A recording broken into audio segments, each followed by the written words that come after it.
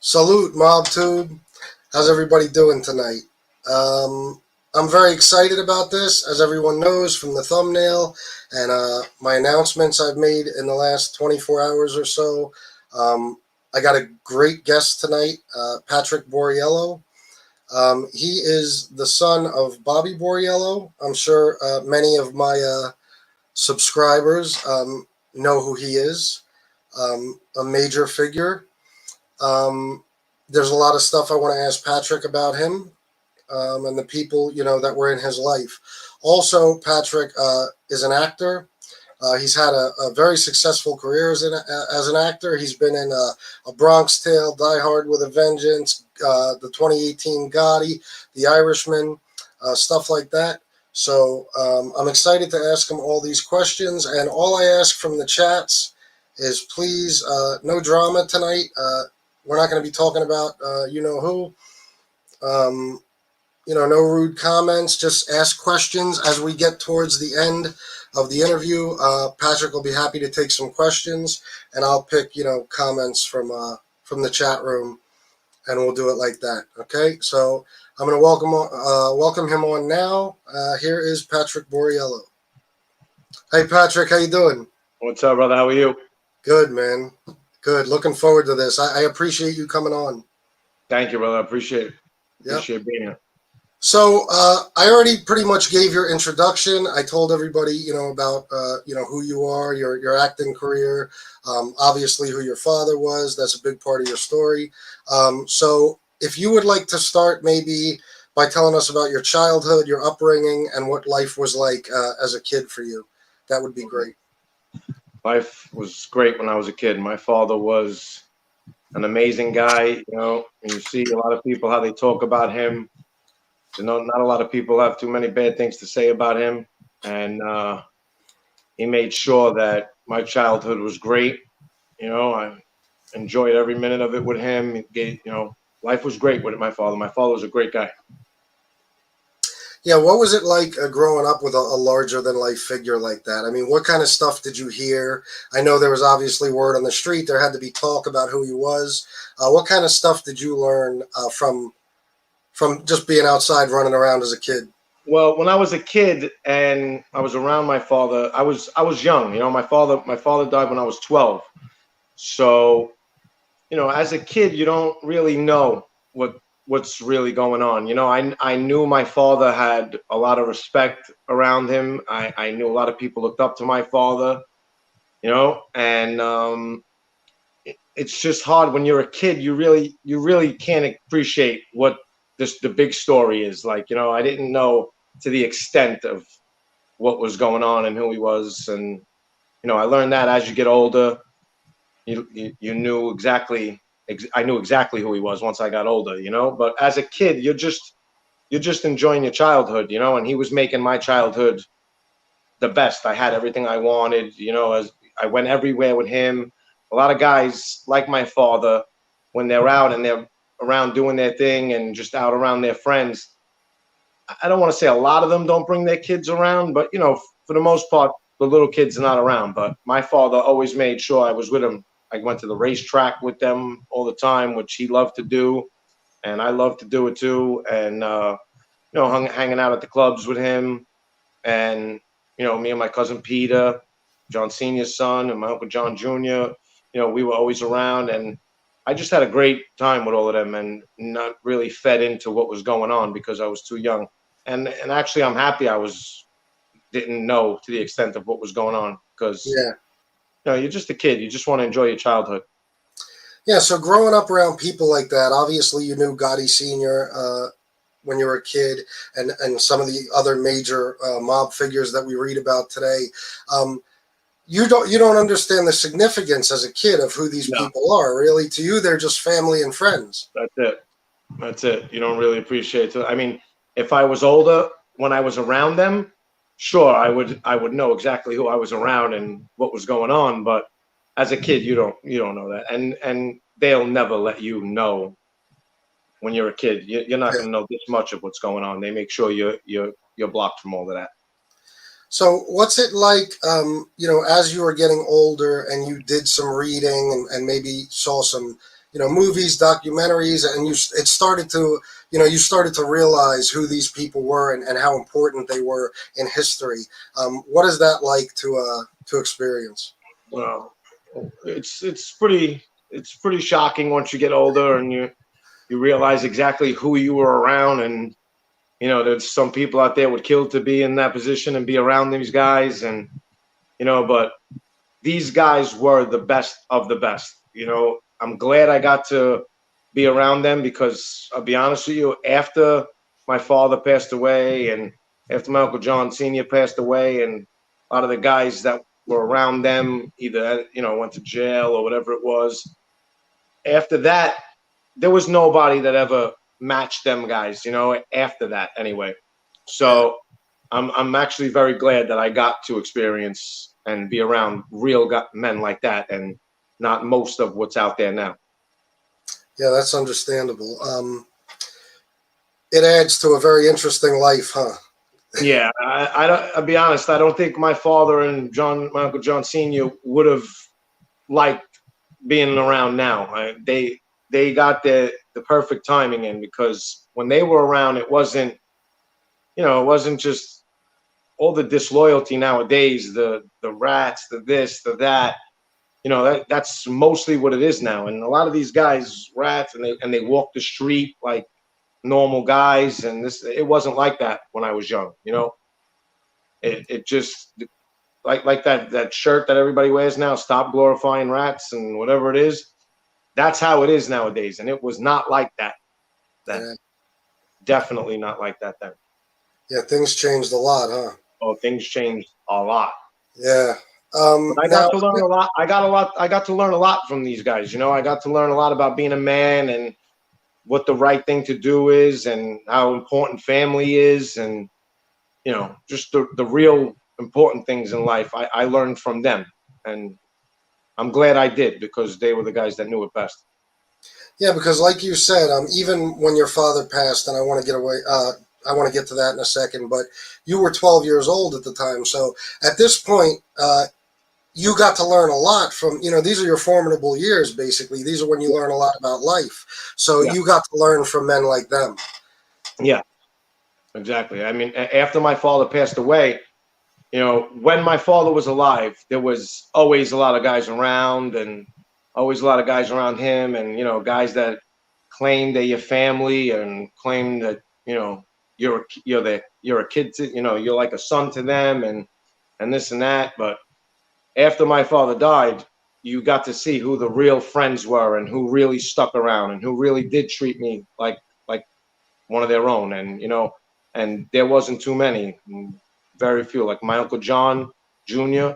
was key in making sure that I didn't miss having a father figure around. Like he was the one that was there every day, took me with him everywhere, just like my father did, and made sure I had what I wanted. And there was a handful of guys like that stuck around. I mean, for the most part, it was him, but there was a few other guys that did the right thing and treated me like one of their own. Yeah, and as for John Jr., I've heard that a lot about him, that he played a father figure to a lot of people. Hmm. Um, and that's the kind of guy he was. And you got to respect that about a person, Yeah, yeah, I do. I regardless of what do. anybody says about him. I mean, stuff like that right there tells you what a man's real character is all Yep. about. Yeah. So I know it's a sore subject, but I have to ask. I'm sorry for the loss of your father, of course, but I have to ask about that day, the day he was killed. Right. From what I read, you were at the movies at the time. Is that true? Yeah. What happened was, um, I had made plans to go to the movies with one of my friends and his mother, because remember, we're 12 years old. So I had made plans to go to the movies with one of my friends and his mother to see Out for Justice, I think it was, with Steven Seagal. Yeah. They had just filmed some scenes in a pool hall that my father had, and we were looking forward to go and see the movie. And I had just made those plans, and a little while after the plans, my father had called the house and said that he was coming to pick me up, and we were going to go to the racetrack. And I always went. I was always with them, but I had just made the plans to go to the movies with my friend. So I said, Dad, I said, I'm going to go to the movies with John, and his mother, whatever. I told him I didn't want to go. I was going to the movies. So he said, okay. He was like, I'm going to be home a little while. I'm just going to get changed, and I'm going to go. I said, okay. So maybe about like an hour later, my friend and his mother pulled up in the car, and it had just started to like rain. It was just starting to rain a little bit. And my friend pulled up with his mother. Hold on. My friend pulled up with his mother, and I went to run out to get in the car, and they were actually blocking my driveway, like when they pulled up. So I ran out, I got in the car, and as we were about to pull away, my father was pulling up behind us, and he had beeped and high beamed us, and I waved through the back window, and when we pulled away, I lived right off the corner, so my house was like the last house off the corner. So when we went to pull away, we pulled away right to the stop sign, and my father had started pulling in the driveway because now we pulled away from the driveway. So my father started pulling in the driveway, and I seen a car right behind him. But first of all, I'm 12, so I'm not thinking anything like that, But I did see a car behind him that, as we were going through the stop sign, did slow up or whatever. Like as my father was pulling the driveway, I didn't think nothing of it. And we pulled away and we left. And the movie theater was maybe a mile from my house. It was on Bay Parkway all the way down, Marlboro Theater. Got to the movie theater, went in, got us, candy, whatever, sat down, and we were in there for maybe 15, 20 minutes. And the coming attractions started going on, they were on. And I believe the movie had just started. We were in the theater for less than a half hour at this point.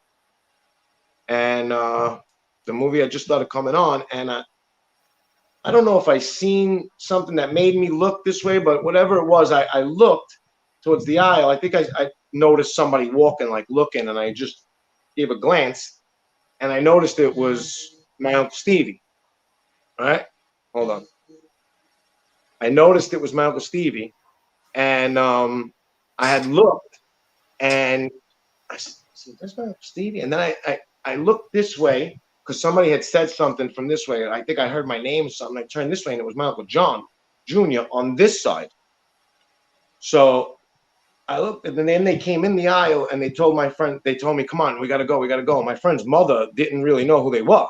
So she was like, "Excuse me." And, I was like, "No, that's my uncle." And my Uncle Steve was like, I got to take him with us. And, as they started taking me out of the seat and walking me up the aisle, I noticed that my Uncle Stevie and my Uncle John looked like they were crying a little bit. Like, or, when somebody you could tell was crying, or like their eyes were very watery, red a little bit.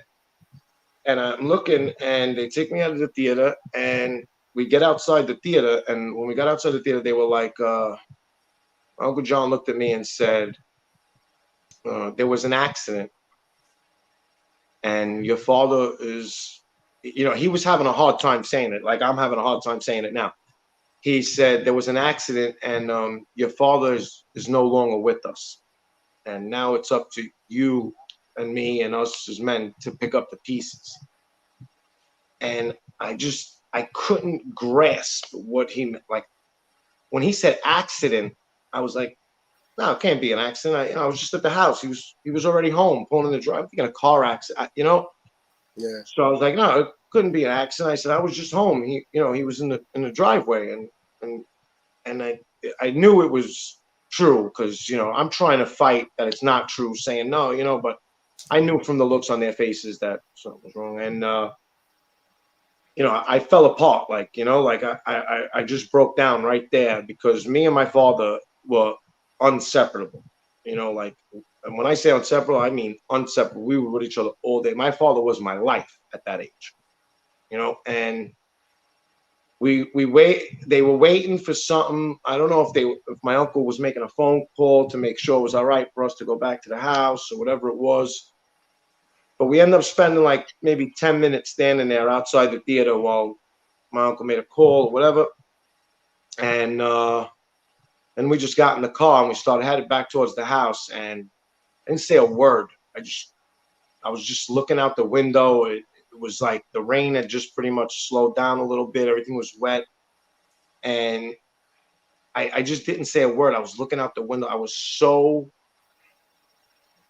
you know, I was wrecked. I just couldn't even think of what my life was going to be like now. You know, I didn't want to believe it. I didn't think it was true. I thought when I got home, he was going to be right there standing by the door. And when we came down Bay Parkway and got like a block away from my house, I seen all, like, I'm talking about helicopters, lights, and every street within 4 blocks of my house was police barricaded off, and there was cops everywhere in every position. So we pulled up to the police barricade, and one of the cops was like, "Oh, it's closed, it's closed." And my uncle Steve, he was like, "Well, I have his son in the back," and they moved like instantly. They were like, "Oh, okay," they started moving barricades. And then that dawned on me too, that like I was like, "Wow, this is all for my father." Like, you know, like this is real. Like, you know, like, this is real. Yeah. And we came down the block, and they had just started taking him away on the stretcher with the Yeah. sheet and everything. And you know, there was blood all over my driveway, and you know, there was thousands of people all around, every news camera you could think of, every news van. And you know, we just walked through the crowd. You know, my whole family was there. Everybody was distraught. You know, the toughest men you ever met in your life was standing there crying. You know. Yeah. And I just walked in my house, and I'll never forget, my brother was only 1, like just about to turn 2, and he was in his walker, and he don't know what's going on. So I came walking in the door. He's like running over to me in the walker, like, "Patrick," you know, like how he used to say my name, whatever. And I just remember like grabbing him and hugging him, like kneeling down and hugging him in the walker and crying. And he didn't obviously know what I was, you know, what I was crying about. And you know, I was crying. And then my mother was on the couch, and she came running over, and she grabbed me. And you know, that was that night. And it was, you know, I the whole family stood, everybody was true. But I'll be honest, me personally, I don't remember sleeping for days. Even as a 12-year-old, I couldn't go to sleep. Every time I even thought about closing my eyes, I heard him, seen him, heard him calling my name. And you know, I didn't eat. I remember not eating for like a week straight. I didn't eat anything. And I used to love tuna fish sandwiches. And my aunt was trying, like a week after this happened, like days after this happened, my aunt was trying to get me to a tuna fish sandwich.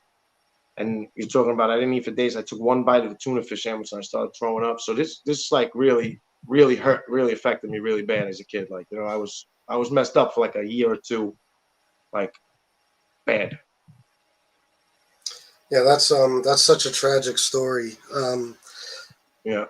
You know, what it makes me think of is, you know, something like that happening, especially at an age, you know, like 12 years old. It's kind of your formative years. What is you know, at that point for a lot of kids, you know, especially that age, that could kind of almost it could send them down one of a couple of different paths. You know, you could either kind of crash and burn and decide, you know, fuck everything, or, you know, you could use that as a reason not to ever get involved in the street life. What effect did it have on you as far as that? Well, at that age, you're not still, even though all this is going on, you're still not thinking of the street life. You're not thinking of how you're going to be in a few years, if you're going to be in the street or whatever. Remember, you're a kid. 12 years old as a kid, you really don't know too much about real life, you know. Yeah, So I know for the first few months, you couldn't even come near me. I wouldn't even talk to nobody. I was distraught. And after that, I started to, like, you know, after a few months, started to come back out of the house, try to hang out in front of the house with my friends again, and, you know, really just try to snap out of it. And remember, there was a kid, you might know who I'm talking. Well, you definitely know who I'm talking about, Joseph D'Onofrio. yeah, He played in a lot of movies, Slicker. So he was an actor, but very few things he did at this time. It was like 91. I think he did like only a couple of things. And he had just did Ninja Turtles. Now, as a 12-year-old who's got every Ninja Turtle and every action figure Ninja Turtle you could think of, brand new in the pack, hanging on the shelf, Yeah. he was a god. He just did Ninja Turtles. That was, the guy from Ninja Turtles. He might as well have been Michelangelo. You know what I'm saying? It was the guy from Ninja Turtles. But he was my good friend. He lived right across the street from me. And we were outside and we were talking. And he was telling me about the movie Ninja Turtles and how it was, and And that day, I went in the house that night, and I told my mother, I was like, "No, I want to go to acting school. I want to do movies like Joey. I want to be in a movie like Joey." So my mother at that point was willing to do anything to get me out of that slump and just be happy and do something that I want to do, which was that. So she made a few calls, and we ended up signing up to HB Studio. It was a big acting school in the city that a lot of big actors went to. And I signed in. I started going to acting school like once or twice a week. And Joey had found out that I was going to acting school. And one day I was sitting in front of the house, and he came over, and he was like, "I heard you're going to acting school." And I said, "Yeah." And I joked around. I said, "Yeah, I want to be in the next Ninja Turtles with you, whatever." And he was like, "Oh, that's good. That's good. It's a good thing to do." And he was like, "I just signed on to do this movie. And, they're having a big open call for this role, Cologito." He goes, "It's this movie called The Bronx Tale." Yeah. And I was like, "Really?" And he was like, "Yeah." He was like, "If you want, I could call the casting girl or whatever, and you could get an audition or whatever." So I was like, "Hell yeah," So he got me the audition, and I went and I tried out for Cologito. And I auditioned for it. I think I went once or twice. I think I got a call back for it. And the second time I went, it was either the second or third time that I went back. That time when I walked in the room, Robert De Niro was in the room. And God. listen, even as a kid, you know who Robert De Niro is, Absolutely. Yeah. So I was, shocked to be in the room with Robert De Niro. Probably a little less shocked than I would have been as an adult, because as an adult, you would have really knew who Robert De Niro was, Yeah. Yeah. and how much of a legend he was. So I read for him in front of him, and he was like, "I really like you. I really like you." He was like, "Why don't you just wait outside?" And my mother was outside in the waiting room. So I went outside in the waiting room, called me back in, and he's like, "I really like you for this movie." He was like, "The problem is," he was like, "there's a few scenes in this movie where like I have to carry Cologito. There's a scene where I have to carry him. The scene where he slaps him for being at the bar, and then he picks him up and carries him home." Yeah. He was like, "But there's a scene like that. And there's another scene." He was like, "And you're a little too big for me to be carrying around." And I thought that was it right there. I thought he was politely trying to tell me, "Have a nice day."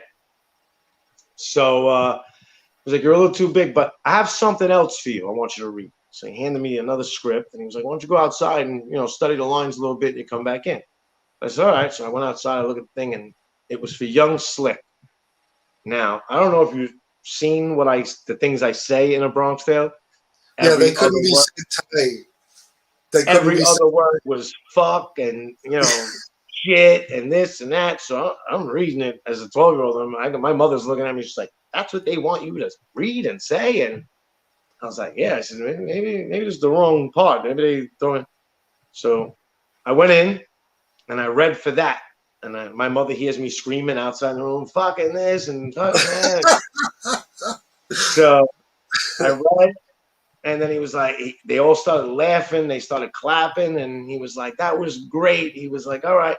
Now, Joey had told me, if they ever tell you you did great, we'll be in touch, you might as well just forget the role. Like, that's what they say to politely kick you out and tell you, "Have a nice day." Yeah. And I'll never forget, he was like, "Oh, you were great. We'll be in touch." And I was like, there goes that, Yeah. So I left, forgetting about it, thinking that's never going to happen. And like a couple of days later, I get a call. Well, I was home, and my mother answered the phone, and it was an older man, and he called, and he's like, "Oh, is Patrick there?" And remember, I'm 12, so my mother hears this old guy calling, asking for Patrick. My mother was like, who the fuck is this? Yeah. And he don't call himself Robert. He calls himself Bob. And anybody close to him calls him Bob. Yeah. So he told my mother, it's Bob. And my mother was like, Bob who? And she was like, Bob De Niro. And I didn't hear that, but my mother told me what he said afterwards. But when he said it's Bob De Niro, all I seen was my mother. You remember the phones, old school phones had that long wire that some absolutely. women had that went across the whole house. Yeah. And all I remember is her bobbling the phone with this big wire running towards her. She's like, it's Bob De Niro. It's Bob De Niro. And I was like, what? And I grabbed the phone and he was like, hey, Patrick, how are you? He goes, so do you want to be in a movie? And I was like, yeah, I want to be in a movie. And he was like, well, congratulations, you got the part. And I'll never forget, I had shorts on when he said that. And I had wooden floors in my house. And I just got so excited that I ran with the phone. And you know when you're a kid and you have pants on, you slide on your knees across the floor? Yeah. Well, I forgot I had shorts on. And I ran as fast as I can and tried to slide on my knees into the kitchen. Yeah. And that was the end of the skin on my legs. Oh. And I was so excited, I didn't even feel it. I was just like, I got the part. I started going crazy. And here's the best part of the story. So like the next day or whatever it is, 2 days later, I'm back outside in front of the house and Joey comes walking over. And Joey's like, so how'd the audition go? And I was like, I got it. He was like, you got the part? I said, yeah, but I didn't get Cologgio. I'm playing this character called Young Slick. And all I remember is Joey like, what? And I said, yeah, I'm playing Young Slick. Why? What's wrong with that? He goes, I play older Slick. Oh, really? He's like, you're playing me when I'm younger. And wow. What? It was just such a crazy, couldn't believe that here I am trying to take after Joey and go get that, Ninja Turtle role and this and that. And I end up playing Joey as a kid. Totally unexpected. Yeah, that's crazy. Yeah. Yeah, I can't even imagine what that was like to get a phone call from Robert De Niro. What a great guy. Yeah, and I was watching, before our interview, I was watching the stoop scene, with the Cologgio and Slick. And I was thinking, like you said, there was some other touchy language that these days that would never happen. You know what I mean? No, never. Yeah. No. As a matter of fact, I recently, not recently, maybe like last year, when they were like really cracking down on some parts that they would, some movies they were taking off the air because they didn't like what was in it and whatever. And I was actually told from a few people that were high up in that industry that, if you have a Bronx Tale on DVD, you better save it and this and that because, they might be cutting some of those parts out and your part might get cut out. And I was like, what? If it was a few years later, that wouldn't have happened. Yeah, definitely. So I want to get on to more of your acting career, but I have to ask, just because I am very curious, being a guy who, took the wrong path and spent a lot of his life in the streets and doing the wrong thing. Because you grew up in that neighborhood and you were around these people, and I'm sure a lot of the kids you were around were street guys, is this what... was the acting career kind of what you consider to maybe have saved your life? I mean, do you think you would have went in a different direction? Well, I did start to go in the wrong direction. Once I got to a certain age, 18, 19, 20, I actually had two different groups of close friends. I had a group of close friends that were street guys and were doing their thing on the street. And I also had a tight group of friends. We called ourselves the main eight, because there was 8 of us and we were always together. Yeah. But they were all legitimate kids with legitimate families, hard workers. Their families owned, construction companies, and their families and them were hard workers. So I was caught in between. I would always be with my close friends, but then there would be, the street things I did that, when I was young and I was 19, 20 years old in my early 20s, the big thing was the cars, robbing the cars and bringing them to chop shops. And, that was very big when I was young. Yeah. And I did get caught up in that for a little while, but because I had my other group of legitimate friends that I always wanted to be with, it would pull me away from that, you know? And I Yeah. would always go be with them and going out like with, you know, us and girls on the weekends and, you know, going on spring breaks and always hanging out at the park, playing handball, basketball. So I want to say that having those friends probably more saved my life, because if I would have just had the other friends that I was with all the time, 24 hours a day, 7 days a week, I probably would have. I mean, don't get me wrong. I was in my share of trouble. I was locked up. I was, you know, had beefs and, you know, just things that were leading me down the wrong path. But because I had my Uncle John and a few of my father's close friends that were always trying to make sure that I wasn't doing the wrong thing, you know, it was between the acting and those other good friends, it was easier for me to get away from the street life Yeah. because I had that, you know, and I liked it more. Like, because the street life, I was around guys now that weren't as loyal as my father and his friends, and you know, the loyalty wasn't there, and it just made me have bad taste for the street life after that because I felt like it wasn't the cool thing anymore. Like, you know, I felt like the the cool part of it was over. Like, you know, all those guys were gone. Yeah. So it was more, and I had, you know, I wanted to be able to help my mother and do things that helped my family, and that wasn't going to get me there. That was going to lead me to jail or even worse, that whatever. So I had that split right there, where that's where it was. You know, there was nights where I said, "Do I want to be out every night robbing cars and getting in trouble and, you know, doing the wrong thing, or do I want to work and maybe open up my own business and be around my legitimate friends and have that life where you're not always worried about going to jail and looking over your shoulder every day?" And that was more appealing to me than looking over my shoulder every day. I got to commend you for that because you were born into a family that, you know, you could have, you had your share of opportunities if you wanted Yeah, to go the wrong way. But thank God you made the right decision for you and your family. yeah, And for us, because of the entertainment you gave us, because yeah.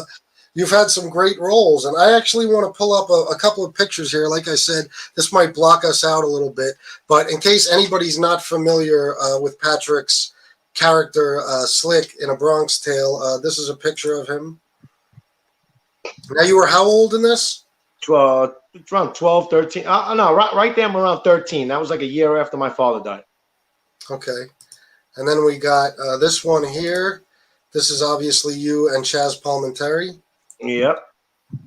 Good memories, I'm sure. Oh, great memories. Great memories. A lot of movies. Remember, a lot of movies, especially nowadays, if you get a role and your role is filming for 2, 3 days, 4 days, a week, whatever it is, that's how long you're on the set. You're on the set for your 2, 3, 4, 5 days, whatever it is. After you're done filming, you're done. Yeah. But that was Robert De Niro's first movie he ever directed. Yeah. And he was a stickler for all the stuff he wanted. And instead of you working for the 2, 3 days that you were filming, he wanted everybody in the movie, the whole cast, he wanted them on set every day because he was changing things as he went along. Like, you know, like he didn't want to be filming one day and then at 2 o'clock in the afternoon get an idea that he wanted to film this over there and add that into the movie and then have to go get the guys to call them and make sure they were available to come in. And, you know, he wanted everybody right there. So that movie was like a 90-day shoot, and I would say out of the 90 days, I was probably on set most of them. And it was just, we became a family, everybody on that set. We were together every day, all day, from morning till night, whether we were filming or not. Wow. Well, that what like, you know, I don't know if you saw, but I had Lilo Brancato on a few days ago. Oh, did you? No, I didn't see that. Yeah, I interviewed him. I believe it was Tuesday.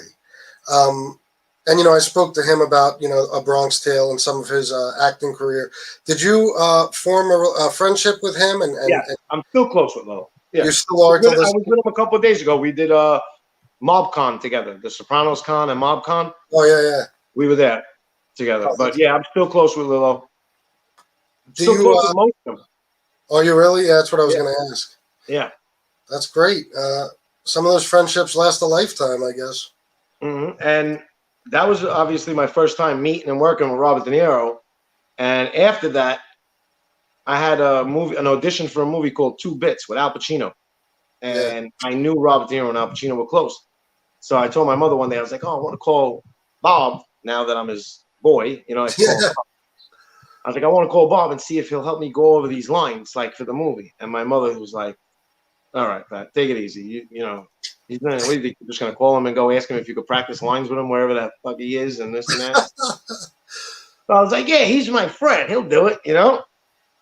So I called the office and I was like, oh, it's Patrick. I want to speak to Bob. They were like, oh, I'll call you back. And he called me back and I asked him if he, and he said, yeah.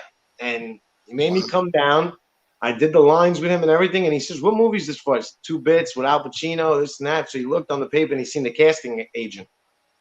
And he called her up and he was like, oh, I'm here with Patrick. You know, I'm going over the lines with him. He was very good. He was just in a Bronx Tale with me and this and that. And I don't have to pretty much say that sealed the deal. But Yeah.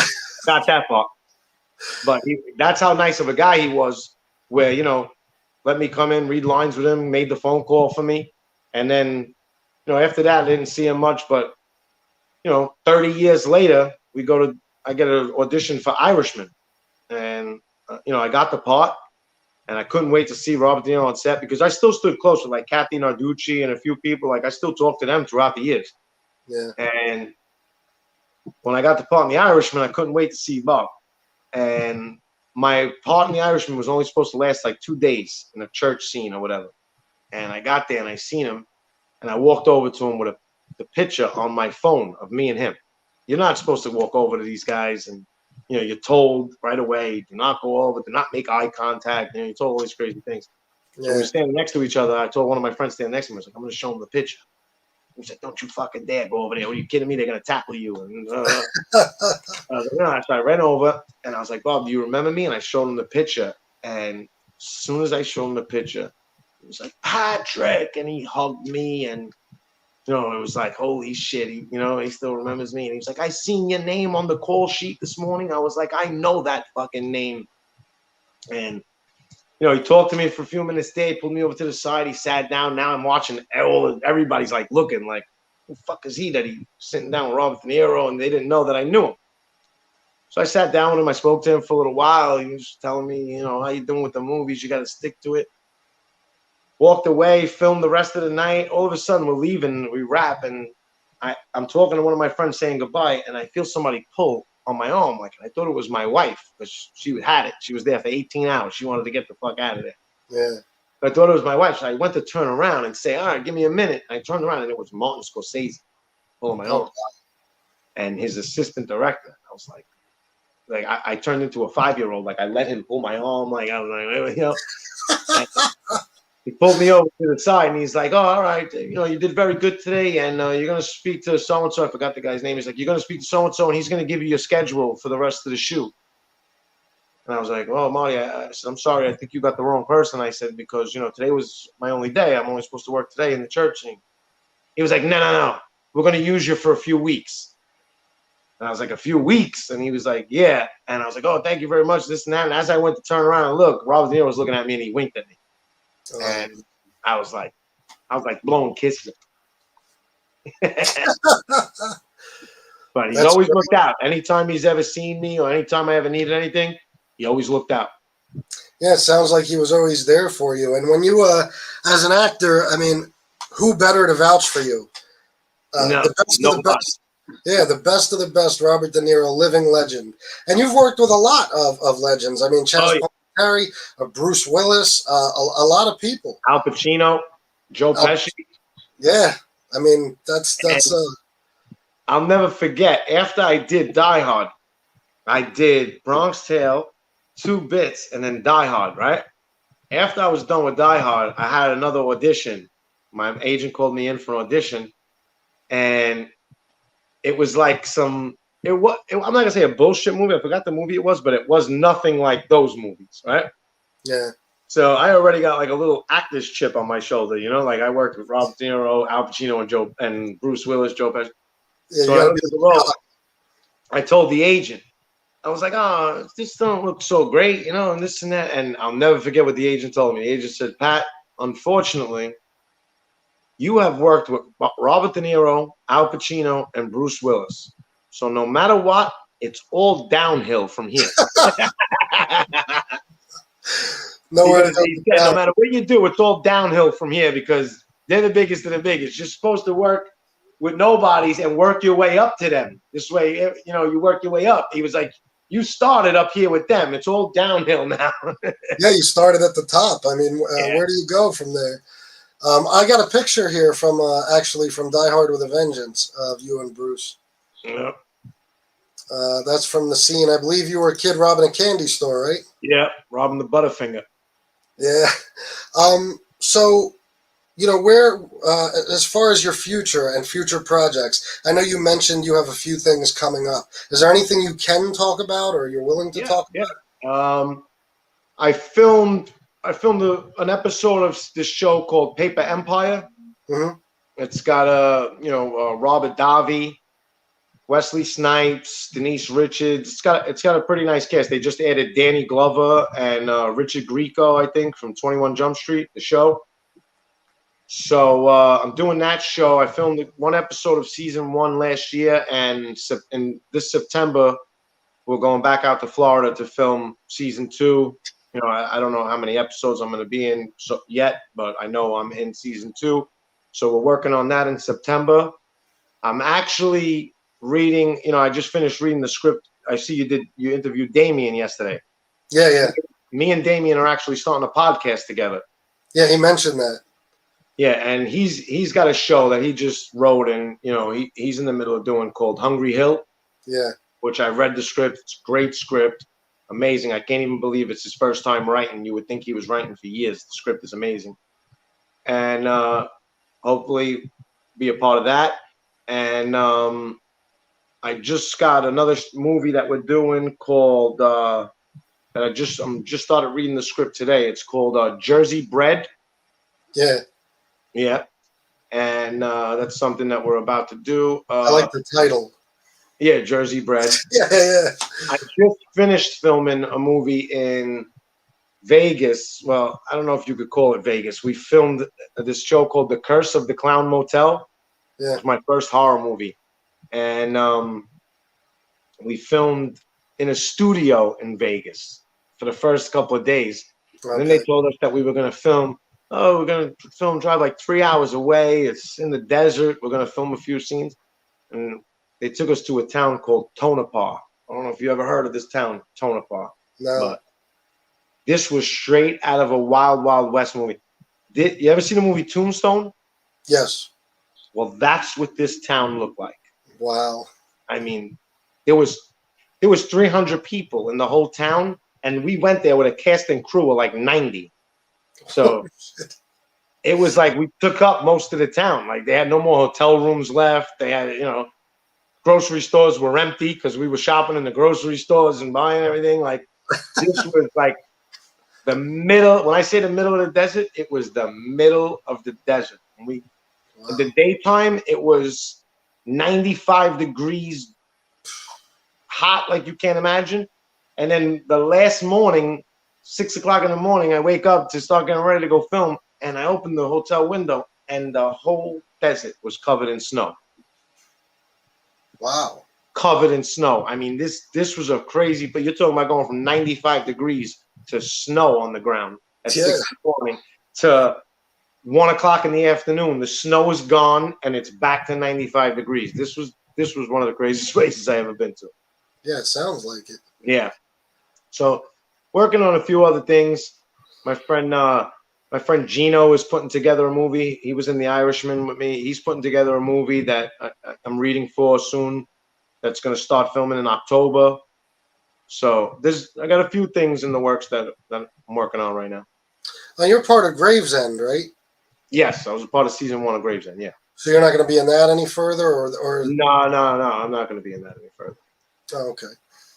All right. So I appreciate you sharing all this. We could take some comments if you'd like. If anybody has any questions, I'll go back to the comments. I'm sure people have questions for Patrick. Wow, I got to thank a couple of people here real quick, Patrick. Do you think, brother? New Beginnings with Shanna. Hello, guys. Great interview. This is my wife. Okay? She is upstairs right now. And I have to... This is my wife. Yeah, this is my wife. And I know why she sent this, because I have to bring this up, Patrick. I texted you about this yesterday. Yes, you did. Yesterday, she comes home, and I'm showing her some pictures. I'm going through the pictures you sent me and stuff. And she says, oh, my God, I had a crush on that guy when I was growing up. So, yeah, she was excited for this interview. She had a crush on you throughout her childhood. She is, how old are you? I'm 42. 42. Yeah, I'll be 42 next week. But she's a little younger. She's about 38. And so she grew up on the movies. You know what I mean? And you and your wife are the same age difference as me and my wife, 42 and 38. Oh, really? Yeah. Yeah, that's crazy. But yeah, I knew she was going to send something just so I didn't forget to tell you that. Let me see. There's something else I have to get to real quick. Somebody sent me a big super chat here, and I can't find it on the screen. I appreciate that. And please, whoever sent that super chat, Canon LLC, thank you. And if there was a message you wanted me to read, just put it in the comments, and I will read it. That's really nice of you. I appreciate that. Okay, let's see. Angel says, Patrick, tell them how funny your dad was. Oh, I can't. You can't explain how funny he was. I mean, this was a guy who could literally make a whole funeral home at a funeral just start laughing. And I mean, he had a sense of humor that it was just on point. And you know what's crazy? I don't even think he meant it. Some of the times he was just the way he was just, he knew how to make you laugh. He was incredible with his sense of humor. And he's known for that. Anybody that was close with him always talks about how funny he was, and the things he said and the comments he made, and how when somebody's just so quick with their responses, and he was just on point with his responses, and he was a very funny guy. It's so funny too, because all these guys you read about that were major figures like your father, you could always find something bad. People saying bad things or trash talking him. I have yet to hear anything bad about your father. You won't. No, I mean he just seemed like a stand-up guy, and he was obviously this larger than life figure. So yeah, it's good that you have those memories of him. Mm-hmm. Let's see. Mafiaology 101 wants to know, Pat, do you like Sammy's show? Never watched it. All right. Easy enough. Stu Hunter says, have you ever thought of doing a movie of your life story? Well, I was asked to write a movie about my life story that I did write, and it's up in the air if we'll do it or not. But yes, I have thought of that. Yeah, I mean, that would be you certainly have the life story for it. I mean, to do a movie about it. Yeah. If anybody does, you do. Vicky DeRosa, FBS, ask Patrick about Danny K.O. from Bronx Tale. He is good friends with my husband, uncle, and family. Grew up with them. Yeah, Danny K.O. We were close with Danny on the set. Yeah, he was a great guy. There was a lot of great guys on that set. Danny was a very funny guy, a very good sense of humor, and we had a good time with those guys. Let's see here. Miss Can't Be Wrong says, I think Patrick is handsome. Thank you. Thank you, Miss Can't Be Wrong. What's your name, Miss Can't Be Wrong? She's not wrong. Yeah, there you go. I like Miss Can't Be Wrong, too. She's always got positive stuff to say. She's one of my favorite commenters. Safanda Cox says, great actor. Looking forward to your upcoming films. Thank you very much. That name. I wonder if they think I didn't catch that. Her name is Sofanda Cox. Oh, whoa. Wow. No, that one didn't get people. I caught that. Very subtle. Very subtle. Yeah, very. That sounds like something from the Stern Show or something. Right. Very creative. Yes. Let's see what else we got here. Um, Richard Bentoncoot says Bobby was a true man of honor. That's from San Antonio, Texas, Military City. Thank you very much. Appreciate that. Um, yep. Okay. Didn't have a message attached. All right. Thanks, Canon LLC. I appreciate that. Let me see here.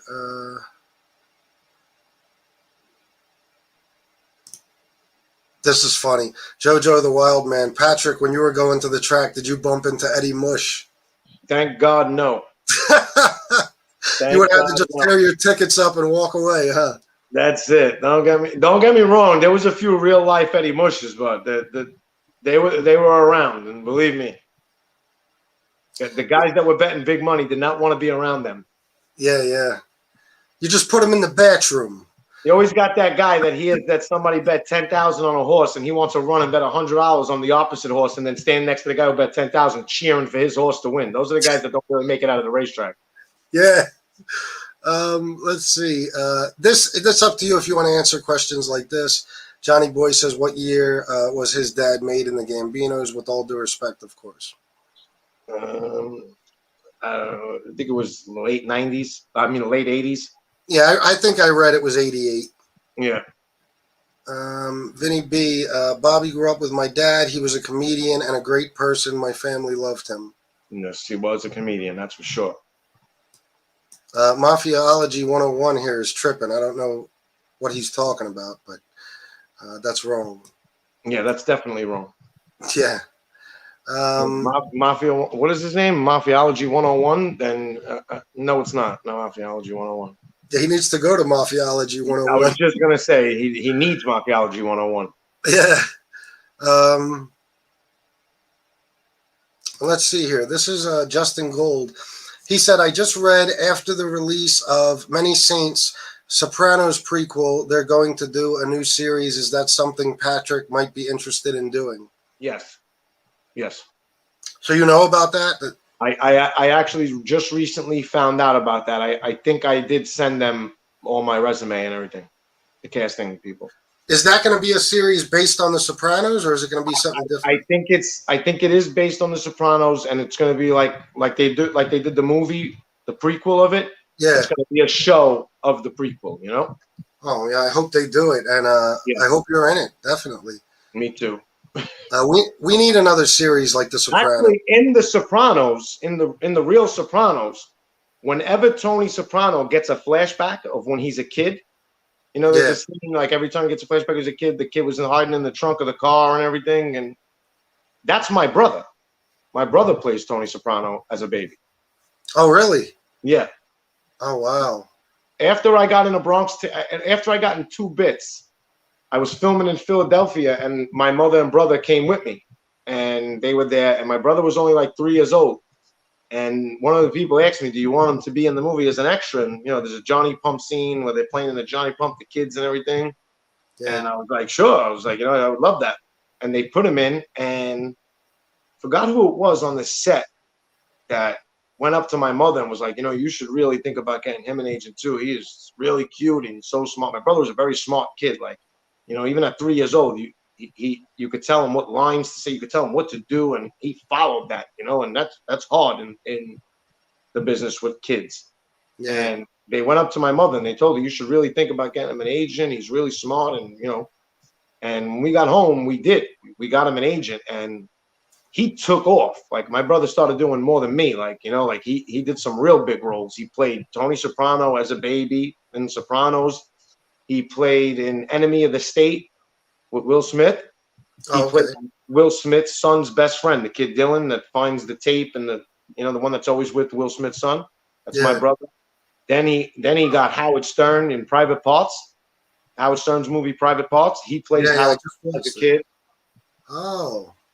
He did the Andy Kaufman story. What was it? The Man on the Moon? Yeah, Man on the Moon. He plays Jim Carrey as a baby, my brother. Oh, wow. No, my brother got a few big roles. He actually played in a movie called Walk on the Moon with Anna Paquin and, oh, man, what's his name? I'm bugging out right now. The guy, Diane Lane and oh shit, what's the guy's name? And what's his name? Ray Donovan. What's his real name? The guy who plays Ray Donovan. Oh, I'm not sure, to be honest with you. Well, he played his son, him and Diane Lane's son or something. Yeah, And I'm gonna he look was it up. so great in that movie. He had a scene where he was, it was a scene where he was hysterical crying. He had and he did so good in that movie that he got nominated for an award for that movie, a kid's award, and he lost to the kid in X-Files. Remember that show X-Files? Oh yeah. Yeah, he lost to the kid in that, but he got nominated for the award, my brother. Oh, okay. Yeah, you learn something new every day, because I actually didn't know about his acting career. Liev Schreiber. Yeah, that's him. Yeah. Okay. Yeah, I had to look it up real quick. All right. Let's see here. We got Richie B. Says, tell Pat Richie said what's up. His old neighbor from Bay 29th. Oh shit, Bay 29th Street, man. That was my block, man. Yeah. Love that block. I had a lot of good friends on that block. This is a good question. Grim Sleeper 421. Anyone stand out that was really there for you after your father passed? My Uncle John Jr. He was the biggest influencer that stepped right up to the plate. And I was with him every day. I would go stay at his house with my cousins, John, Frankie, Nicolette. We were all real close. And my father had a couple other friends, Carmine Agnello, Vicky's husband. He was another one that always, take me to work with him at the junkyard.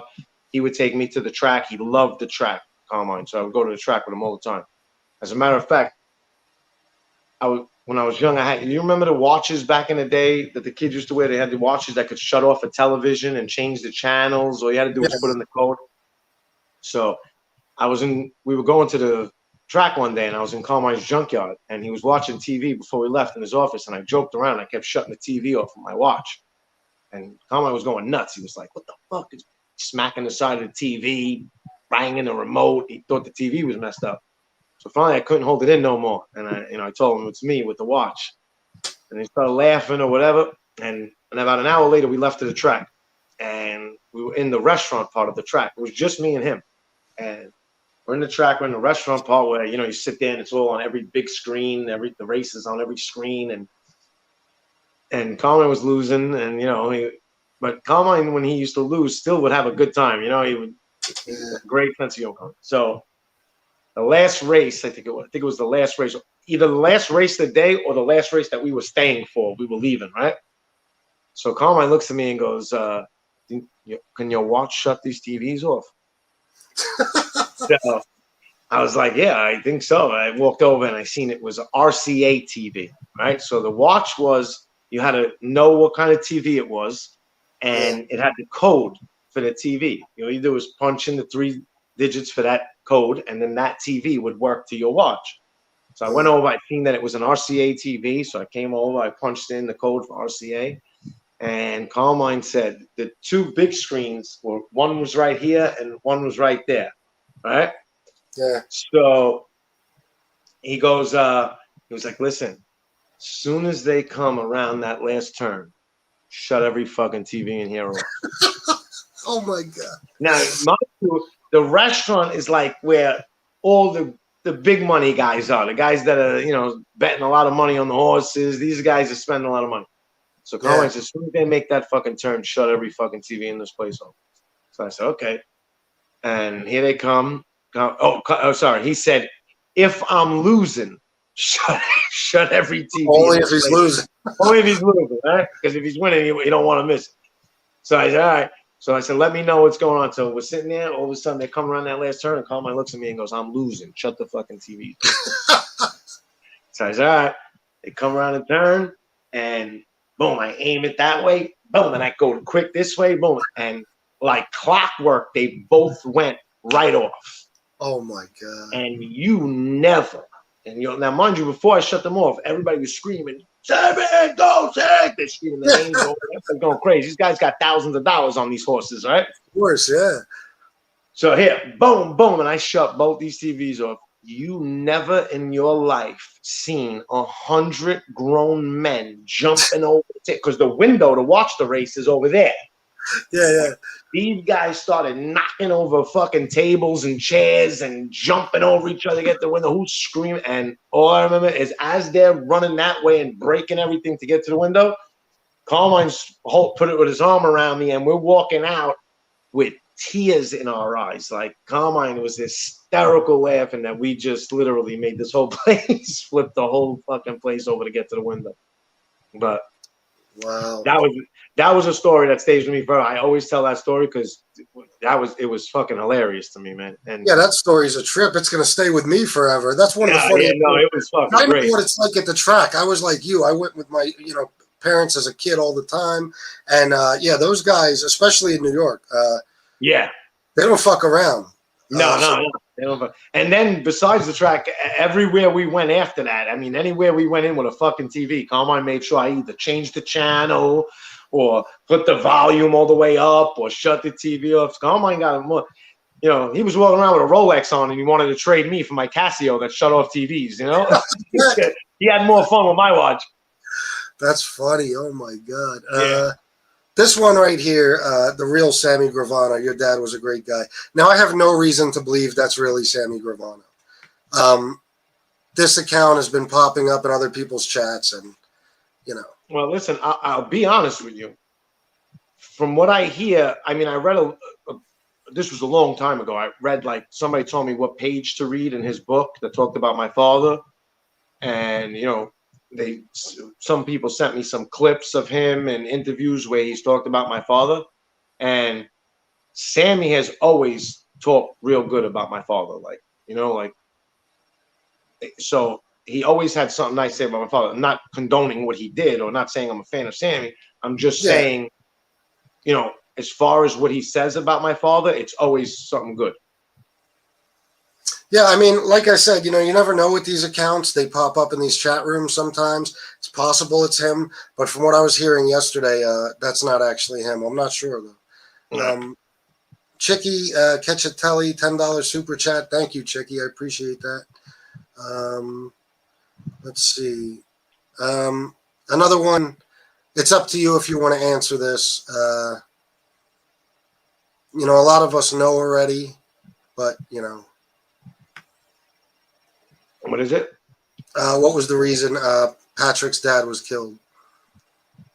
Listen, there's a few different reasons flying out there, but the main one was, I guess, in revenge for Paul. I don't know. Try not to feed into it too much. Yeah, and I'm sure. Hear what you hear and you move on, Absolutely. I mean, at this point, it doesn't really matter anymore, does it? No, it doesn't matter anymore. No. But you know what? Your story is such a good example of, what that life does to families. Oh, it destroys them. I mean? Yeah, the effect that it has. You never hear any happy endings. No, there is no happy endings. No happy. No, Even the people that made it and lasted and are still around, their happy ending is about when they went legit and they started to do the right thing and started to be with their family and take care of their family. Like, that's the real happy ending. Your family. Like, the streets have no happy ending. There is none. Nope. Unless your happy ending unless you want to be dead or in jail as your happy ending, that's really the street's ending. Yeah, or in witness protection somewhere. That's right. It's about the only three ways. Elmont1313 says, growing up, your dad used to come out to my house with my uncle, and man, he was a really good athlete. My father? Yeah. Really? I remember having to run the bases for him when we played softball and he would hit the ball. And when he would play with my Uncle John and all the guys softball, once he hit the ball, I had to run the bases. Yeah, I had a feeling you weren't going to agree with that one. Something didn't sound right about that to me. He loved handball, though. My father loved to play handball, though. Oh, did he? Yeah.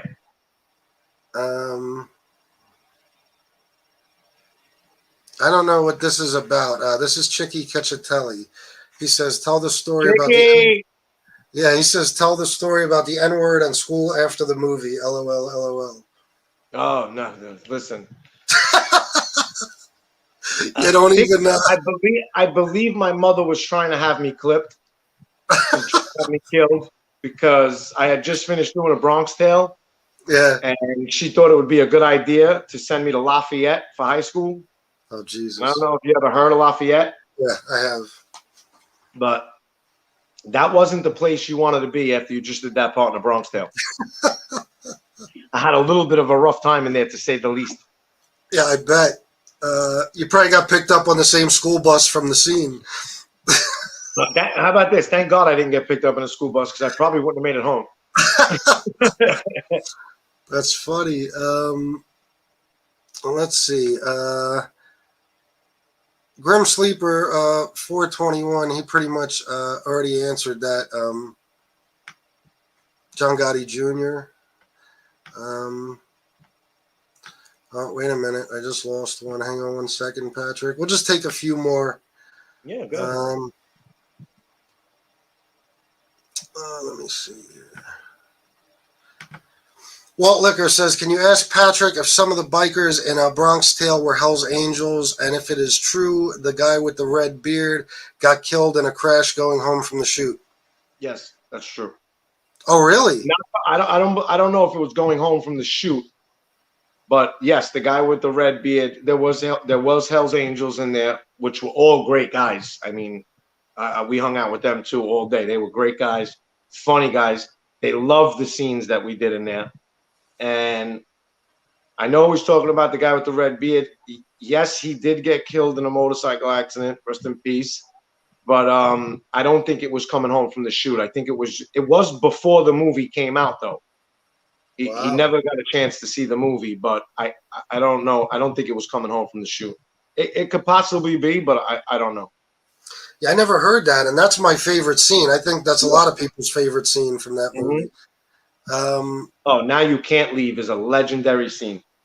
Oh yeah, absolutely, absolutely legendary. Yeah. I don't want to get into that. Let's see. Yeah, there was something I don't want to. Ryan Higgins, I'm just waking up over here and clicked on. Was this guy in the wedding scene in The Irishman? Yes. Yes, he was. Yes, my big slow motion scene. That I didn't.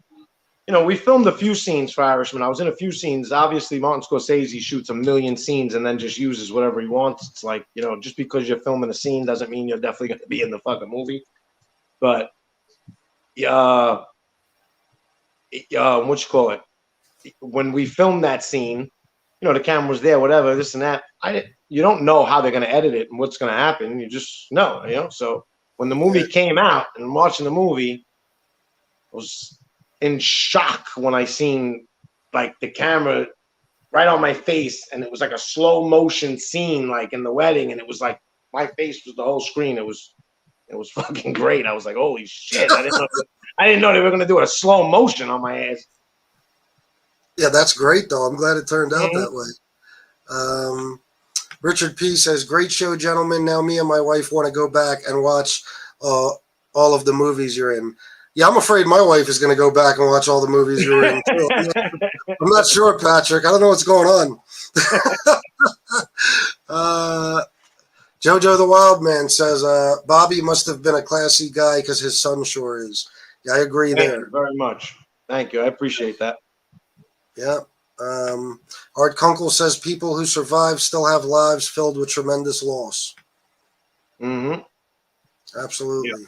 Yeah. Miss Can't Be Wrong again. She says, Patrick seems like a nice guy. All the things his father would be proud of. Thank you very much. She can't be wrong, this girl. She's not wrong, never. No, she's right every time. Right every time. That should be her next name, right every time. Yeah. Maybe she'll switch it up. Yeah, man, and I got to give it to you on that because, like I said, a lot of us made stupid choices and stuff, but it really is admirable that you took yourself in the right direction, and you didn't basically throw your life away, and you're doing well, and it's good to see how well you're doing, and I look forward to seeing you in all of your upcoming projects.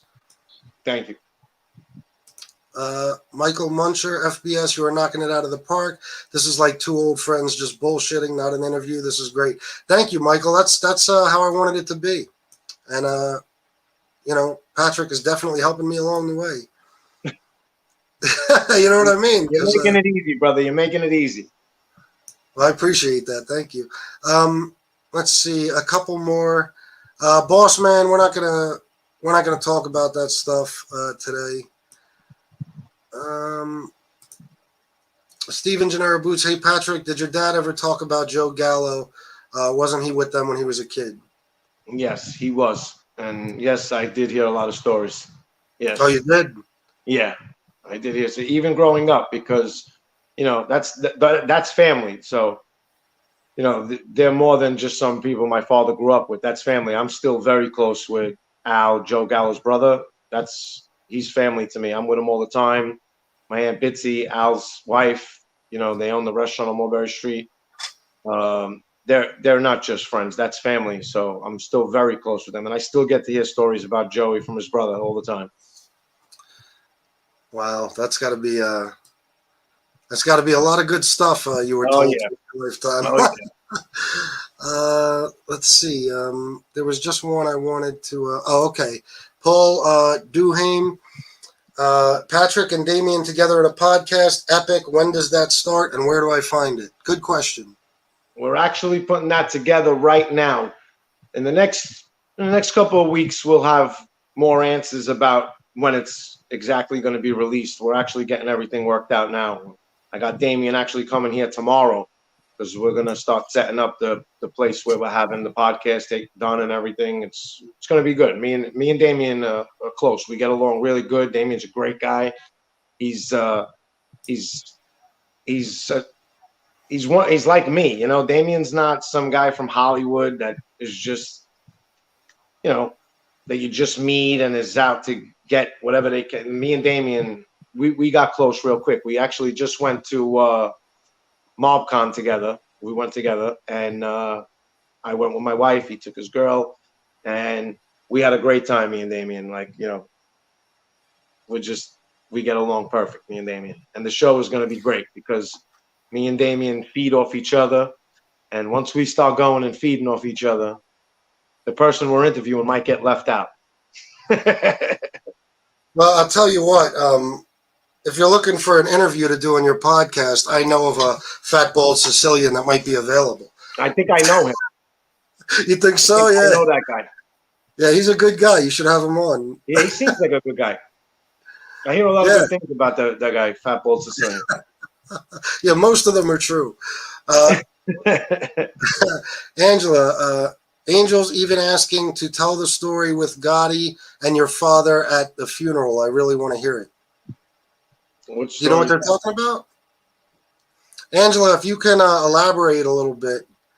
Let me see if Angel up here was asking, because I have a feeling this would be a good story. Let me see if Angel's around here. No, I don't see her. Angela, if you can elaborate on that. The Englishman wants to know, have you ever been starstruck? I think you kind of answered that. Yeah, I would say Robert De Niro and Al Pacino were the ones that starstruck. Actually, yeah, they were the ones that starstruck me. But I think the most frozen I ever got when I met somebody is obviously just like every other guy my age and every other age grew up with Pamela Anderson posters on their walls, and just watched Baywatch for her. And, so there was a day where Vicky, my aunt, Gotti, she was doing an interview with her one day, and she knew how much I loved Pamela Anderson as a kid. I had her posters in my room. I had pictures of her, And one day she called me, and she was like, "Oh, I'm doing an interview today. I wanted you to come by. I wanted to ask you something." She made it like she had to ask me something that she didn't want to, she wanted to talk to me face to face or whatever it was. So I was with a friend of mine, Joey, and told Joey, I was like, "Oh, Joe, take a ride with me to the city. My aunt wants to meet me. She wants to talk to me about something." So I was like, "All right." He was like, "All right." So we took a ride to the city. We pulled up. It was at the Plaza Hotel or something. And I pulled up and I went in. and she was in a room, and there was like security outside the room, and they knocked, and they said, "Your nephew's here," and she came out, and she's talking to me by the door. She's like, I see her stalling, like she's talking to me, but like really not saying anything. She's like, "Oh, I just wanted you to come by. I had to ask you something, but I forgot what I had to ask you. Maybe I have it written down." Like, I was like, "What the hell is she talking about?" And she was like killing time, and all of a sudden, as she's doing this, the elevator door opens, and it was Pamela Anderson. Oh. And when I talk about the elevator door opened, and she was this close to me, and I think I peed a little. I'll be honest. You did something. Was there just like a glowing aura around her? Literally, a glowing aura around her. I could not, and I remember turning around and looking at my friend Joey like It's real, yeah. I met Robert De Niro, I met Al Pacino, I met Bruce Willis, I've been around John Gotti, I've been around the biggest of the biggest, but when she walked out of that elevator, I lost all my speech. I'm sure you did. Especially then. I mean, Pamela Anderson. Yeah. Holy shit! I think I was like 21 years old, 22 years old when this happened, and so I was like, holy shit, it's fucking Pamela Anderson. Yeah, that must have been amazing. You'll never forget that. No. Angel says, funeral with Bobby and my brother. Do you know what she's talking about? A story about your dad and okay, wait a minute. My brother wouldn't stand next to Bobby at funerals because Bobby would make him die laughing. Okay. That I've heard a million times. That's actually why I said before that even at a funeral, he was the guy who made everybody laugh at the funeral. I know my Uncle John Jr., he would not stand next to my father at a funeral.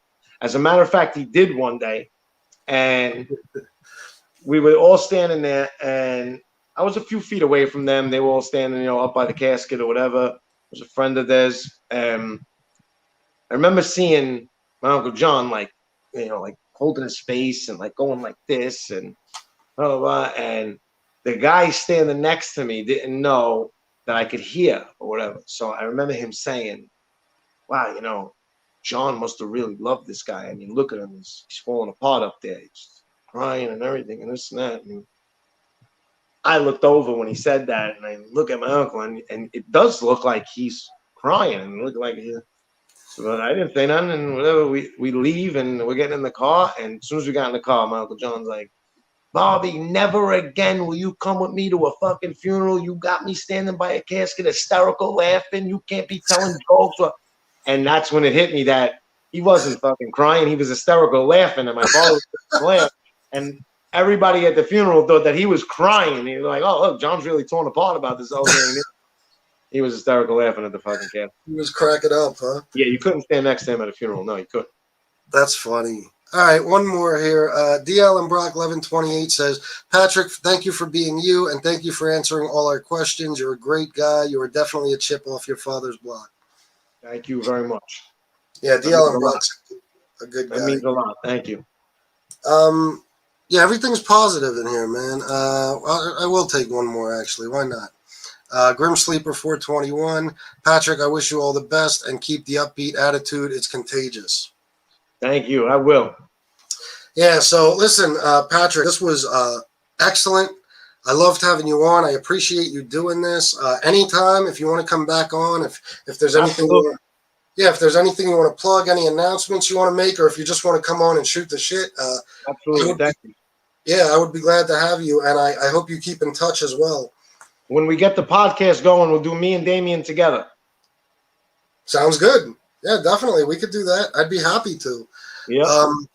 So thank you again. I'll let you go. I've had you on for almost an hour and a half. I'm going to stay on a few more minutes and take a few more comments. But like I said, thanks, man. This was really great. Thank you very much, brother. I appreciate this whole thing. Thank you. You got a great show. Keep it up. Thanks, man. I appreciate it. And keep in touch, like I said. I will, brother. Thank you. All right. Have a great day, everybody. Thank you for tuning in. All right. I'll talk to you soon, Patrick. All right, brother. All right. What a great guy. What can I say? I don't smoke during these interviews to be respectful, but I'm going to smoke now. Fantastic guy. Went even better than I thought it would. Hearing some of those stories, especially the story about the day his father died, was I don't know. I don't know what to say. Terrible thing, but obviously a huge part of his life. So yeah, I thank Patrick again, and I hope he comes back on someday so we could talk some more, because I'm sure there's a lot more that he could talk about. You can't get to everything in an interview like this. I would have kept him on all night, but he gave us more than enough, the way I see it. So thank you, all you guys. Thanks so much. We had over 300 people in here. We still got 288. Thank you guys for the super chats. Canon LLC, that's awesome of you. I appreciate that so much. And everybody who sent a super chat, everybody who had questions and commented, you guys make my job a lot easier when I'm doing this stuff. Jojo the Wild Man, thank you. Yeah, you don't know. If I didn't have comments to go to and stuff, sometimes I would just be lost because, I'm new to this. So, let's see, one real quick one. Ken C. FBS, this was an awesome show. Patrick was a great guest, very interesting, and a good guy. Absolutely, man. And to everyone who helped me get this interview, thank you, of course, because this was really one that I was looking forward to. As soon as I heard that I had the chance to interview Patrick, I was excited. So just a great guy all around. What else can you say about him? So thanks, guys. I'm going to get going, but I will be back shortly. I think I'm going to come back around 10 with Shanna, and we're going to talk a bunch of different stuff. Last night, me and Shanna did a bunch of stuff on substance abuse and addiction. I know that doesn't appeal to everybody. That's not going to be what the whole show is about, but anybody who has those concerns or is going through any of those experiences, or is in a tough place right now or needs advice or anything, please join us. Like I said, we should be on at 10, might be a little later than that. And Angel, no, thank you. And we'll see you guys then. All right. Until then, salute.